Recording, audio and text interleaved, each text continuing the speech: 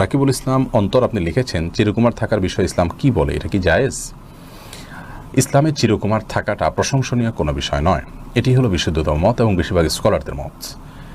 আল্লাহ রাব্বুল আলামিন আমাদেরকে স্বাভাবিক অবস্থায় বিবাহ করার ব্যাপারে উৎসাহ দিয়েছেন এবং অভিভাবকদেরকে তাদের অধীনস্থদেরকে বিবাহ দেওয়ার জন্য নির্দেশ করেছেন। নবী করিম সাল্লাল্লাহু আলাইহি ওয়াসাল্লাম বুখারী মুসলিম বর্ণিত হাদিসে বলেছেন যে ইয়া মাশারাশ শাবাব মান ইসতাতা মিনকুমুল বাআতা ফালিয়াতাযাওয়াজ, হে যুব সম্প্রদায়, তোমাদের যার সক্ষমতা রয়েছে সেই জন্য বিবাহ করে। এই যে সেই জন্য বিবাহ করে নবী সাল্লাল্লাহু আলাইহি ওয়াসাল্লামের পরামর্শ। অতএব আপনি বিবাহ না করে চিরকুমার থেকে ইবাদতবন্দি যদি বেশিও করতে পারেন, তার চাইতে বিবাহ করে নফল ইবাদতবন্দি একটু কম করতে পারলেও আপনার জন্য বিবাহ করে বৈবাহিক জীবন গ্রহণ করা সেটাই হলো অধিকতর উত্তম। এটি নবী করিম সাল্লাল্লাহু আলাইহি ওয়াসাল্লামের সুন্নাত মুআক্কাদা। সাধারণ অবস্থাতে কোনো কোনো ক্ষেত্রে যদি বিবাহ না করার ফলে আপনি গুনাহে লিপ্ত হয়ে যাওয়ার আশঙ্কা থাকে, তাহলে সেক্ষেত্রে এটি ফরজ বা ওয়াজিবের পর্যায়ে চলে যায়। অতএব স্বাভাবিক অবস্থায় বিবাহ করা এটা সুন্নাত মুআক্কাদা, এটি তরক করে চিরকুমার থাকাটা প্রশংসনীয় নয়। আল্লাহ নবী ইয়াহিয়া আলাইহিস সালাম ছাড়া আর সমস্ত নবী রাসূলরা বিবাহ করেছেন, সংসার করেছেন, পরিবার পরিজন ছিল তাদের। অতএব আম্বিয়া আলাইহিসসালামের চাইতে আমরা কেউ উত্তম হতে পারি না, তাদের মানহাজের বাইরে গিয়ে আমরা উত্তম হতে পারি না।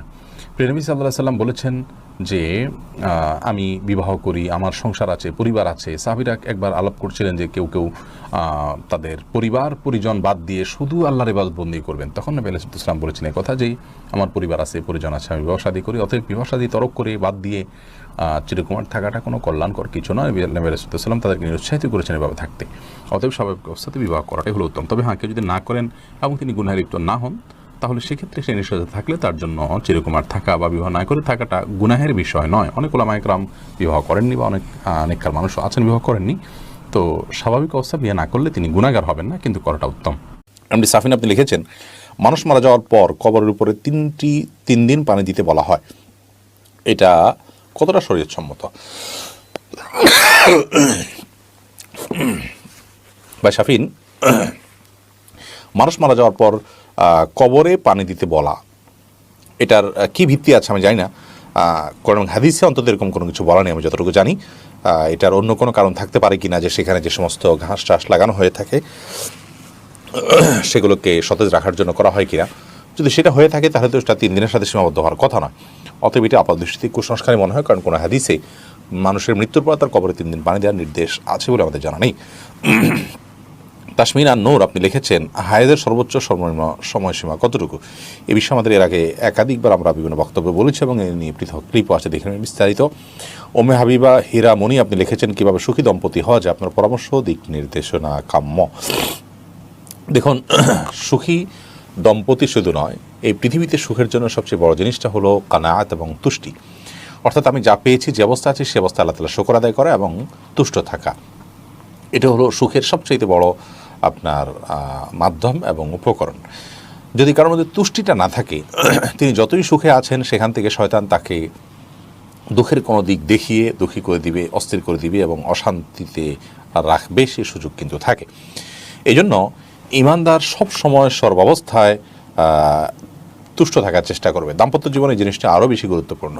স্বামী তার স্ত্রীকে, স্ত্রী তার স্বামীকে পেয়ে তাদের একে অন্যের ভালো গুণগুলোকে দেখে সন্তুষ্ট হওয়ার চেষ্টা করবেন। নবী করিম সাল্লাল্লাহু আলাইহি ওয়াসাল্লাম এই শিক্ষা দিয়েছেন যে তুমি তোমার জীবনসঙ্গীর কোনো ব্যাপারে যদি অতিষ্ঠ থাকো বা তোমার যদি কোনো ব্যাপারে অভিযোগ থাকে, তাহলে তুমি কল্পনা করবে, ভাববে, আবিষ্কার করার চেষ্টা করবে তার মধ্যে অনেক ভালো দিকও আছে। সেগুলো দেখে তুমি তাকে পেয়ে আল্লাহর কাছে শুকর আদায় করার চেষ্টা করবে। অর্থাৎ তুষ্ট থাকার যে চেষ্টা সেটি করতে হবে। এর পাশাপাশি সবর করা, ধৈর্য, এটা যে কোনো ব্যক্তির সুখী হওয়ার জন্য অন্যতম পূর্বশর্ত। দাম্পত্য জীবনে এটি আরও বেশি গুরুত্বপূর্ণ। দাম্পত্য জীবনে অশান্তি হয়ে থাকে এবং অসুখ হয়ে থাকে মূলত ধৈর্যের অভাবে। এটা আমাদের মনে রাখা উচিত যে দাম্পত্য জীবনের শুরুতে বা একটা পর্যায় পর্যন্ত মানুষকে একটু বেশি স্ট্রাগল করতে হয়। একজন নতুন মানুষ একটি নতুন পরিবারের সাথে ম্যাচ করতে সময় লাগে, কিন্তু একটা পর্যায়ে আল্লাহ রাব্বুল আলামিন এগুলো সবগুলো ইজি করে দেন। বিশেষ করে মেয়েদের জন্য শ্বশুরবাড়ির পরিবেশের সাথে মানিয়ে নেওয়াটা অনেক সময় চ্যালেঞ্জিং হয়ে থাকে। তো সেখানকার যে সমস্ত চ্যালেঞ্জ এবং সমস্যাগুলো হয়, সেগুলোতে যদি সবর করতে পারেন, দৃষ্টি ধারণ করতে পারেন, তাহলে সেই ক্ষেত্রে তার জন্য পরবর্তী পথ চলা হয় অনেক বেশি মসৃণ এবং সুখকর।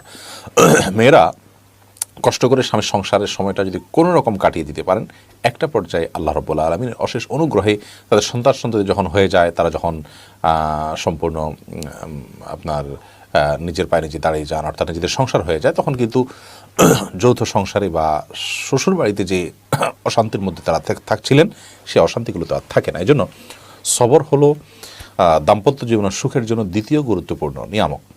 তৃতীয়ত, দাম্পত্য জীবনের সুখ শান্তি পাওয়ার জন্য আল্লাহ তাআলার কাছে সাধারণভাবে দোয়া করতে হবে সর্বাবস্থায়, এবং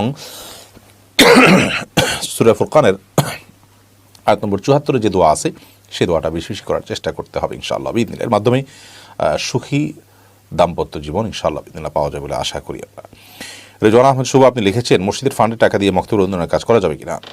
মক্তব যদি মসজিদের অধীনে হয়, মসজিদের একটা প্রজেক্ট হয়, তাহলে সেটি করা যেতে পারে। আর যদি পৃথক কোনো প্রতিষ্ঠান হয় বা ভিন্ন কোনো প্রতিষ্ঠান হয়, তাহলে সেক্ষেত্রে মসজিদের টাকা দিয়ে মক্তবে ব্যয় করা যাবে না, কারণ মক্তব এটা একটা ফান্ড, মসজিদ আরেকটি ফান্ড, বিধায় যে ফান্ডে টাকা সেই ফান্ডের জন্যই ব্যয় করতে হবে, অন্য ফান্ডে নয়। এরপরে আব্দুর রহমান আল তানজিল, আপনি লিখেছেন বাবা মাকে না জানিয়ে কিছু কিনলে কি পাপ হবে। আপনি যদি নিজে প্রাপ্তবয়স্ক পুরুষ বা মেয়ে হয়ে থাকেন, আপনার টাকা দিয়ে আপনি আপনার প্রয়োজনীয় কিছু কিনতেই পারেন, সেই জন্য বাবা মাকে জানাতে হবে, এটা আবশ্যক নয়। রাব্বি হোসেন, আপনি লিখেছেন এই ইন্টারনেটের যুগে চোখের হেফাজত কিভাবে সম্ভব, যদি আমাকে পরামর্শ দিতেন। ভাই রাব্বি হোসেন, দেখুন, প্রথম কথা হলো যে রাব্বি এ নামটি পরিবর্তনযোগ্য। আপনি ফজলে রাব্বি নাম রাখবেন বা অন্য কোনো নাম রাখবেন, নামটাকে পরিবর্তন করবেন। রব্বি মানে হলো আমার রব। এটিকে বিভিন্ন অর্থে বিভিন্ন ব্যাখ্যা করা গেলেও মূলত একজন ঈমানদার তিনি আমার রব বলে আখ্যায়িত করবেন। এটার যেহেতু একটা অর্থ আছে আল্লাহ তাআলাকে রব হিসাবে বলা, এবং কোরআন কারিমে এই ধরনের অনেকগুলো শব্দ ব্যবহার হয়েছে, সেজন্য এটাকে অ্যাভয়েড করাটাই হলো উত্তম এবং ভালো। এরপর আপনার প্রশ্ন উত্তরে আপনি যে প্রশ্নটি লিখেছেন চোখের হেফাজত করা, এই যুগে এটি এত বেশি কঠিন হয়ে গেছে যে চোখের জেনা থেকে বেঁচে থাকার জন্য যে পরিমাণ স্ট্রাগল করতে হয়, অন্য কোনো ইবাদত বন্দিগির জন্য পর্যন্ত এই পরিমাণ স্ট্রাগল করতে হয় না, এই পরিমাণ ইবাদত বন্দিগি, এই পরিমাণ মেহনত করতে হয় না। তো এটার জন্য আমাদের সবচেয়ে বড় জিনিস হলো হিম্মতটা, সৎসাহসটা আমাদের লাগবে। এর জন্য সৎসাহস করা এবং নিয়তকে খাঁটি করা, যেন আল্লাহ রাব্বুল আলামিন এর জন্য আমরা স্যাক্রিফাইস করার মানসিকতা তৈরি করতে পারি। আর এখান থেকে বাঁচার জন্য জেনার পরিবেশ থেকে সরে আসতে হবে। সোশ্যাল মিডিয়াতে যে সমস্ত আইডি থেকে আজেবাজ জিনিস আছে, সেগুলোকে আনফলো করতে হবে, প্রয়োজনে কিছুকে ব্লক করে ফেলতে হবে। এর মাধ্যমে আপনি ইনশাআল্লাহ বিইذনিল্লাহ চোখের হেফাজত করার মতো পরিবেশ আপনার ওয়ালে, আপনার নিউজ ফিডে আপনি দেখতে পাবেন। ঠিক তেমনিভাবে বাইরে যখন যাবেন দৃষ্টিকে অবনত রাখবেন, যথাসম্ভব মাথা উঁচু করে চলবেন, কম একান্ত যেখানে প্রয়োজন সেখানে উঁচু করবেন, প্রয়োজন সাপেক্ষে। এভাবে যখন চেষ্টা করুন ইনশাআল্লাহ বিইذনিল্লাহ চোখের হেফাজত করা সহজ হবে। আর এর জন্য আল্লাহ রাব্বুল কাছে পানাহ চাইতে হবে, দোয়াও করতে হবে, এবং যেই পরিবেশে গুনাহ অনেক বেশি হয় সেই পরিবেশ থেকে বেঁচে থাকতে হবে। ধরুন একটা জায়গায় গেলে আপনি গুনাহ থেকে কোনোভাবে বাঁচতে পারেন না, তাহলে সেই জায়গা থেকে নিজেকে দূরে সরে রাখতে হবে।